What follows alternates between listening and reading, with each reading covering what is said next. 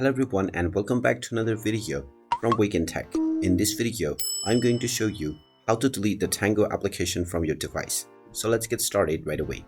Now there are two ways of doing this. You can either long press on the Tango application and you will see the uninstall button. You can simply tap on uninstall and you will be asked whether you are sure that you want to uninstall this app. With this method, you will be able to uninstall it directly.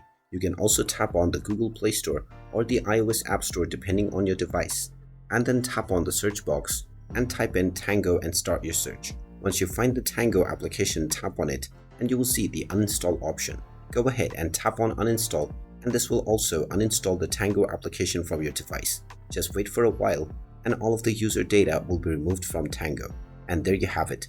That is how you can delete the Tango application from your device. If you find this video helpful, make sure you hit that like button and subscribe to our channel if you haven't done so already. Also ring that notification bell to never miss another update from us. Thank you for watching and I will see you again in the next video.